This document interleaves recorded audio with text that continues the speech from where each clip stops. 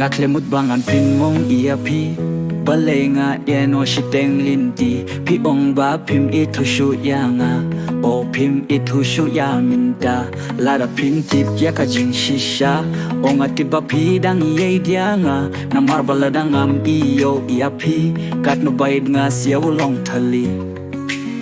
na kermen ba pin o hi ya la de ha kikhmat yonga o baid nga la tiba pi la isi yang aminta kat banga dang yo hi ya pi sha we ngam kwa banjong kikti ngam kwa ba pin klet no yanga pim tip ya pi nga i shisha om don ban ai jing ye kum nga om don ba la ban ye shirta pin om tip ba ya pi nga ya pi mar we banga la je nga tip ba pin wan pai byang shanga ba jing jong ni kan ne shirta ki por mun shwangan pen kun mau byang sha ki por bangi dang sedang elang baru ki jing pai donut mun shwa ngam kwa ba pin ke mau byang satya ho oi nga kermen ba pin wan pai da lei lei ngam kwa shu ba pin jgai kat banga nang yo hi ya pi sha we ngam kwa ban jong ki ti ngam kwa ba pin klet no yanga pim tip ya pi nga ye shisha om don ban ai jing ye kunga om don ba la ban ye shirta pin nom tip ba ya pi nga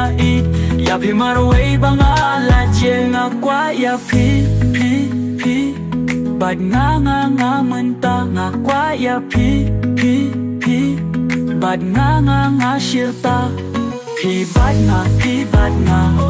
pi bad nga pi bad nga pi bad nga pi bad nga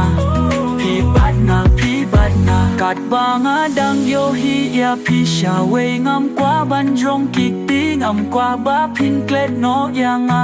pim tip ya pi nga i shisha om don ban ai jing ye kum nga om don ba la ban ye shirta pin nom tip ba ya pi nga ya pi mar we banga la je nga kwa ya pi bad nga minta nga kwa ya pi bad nga shirta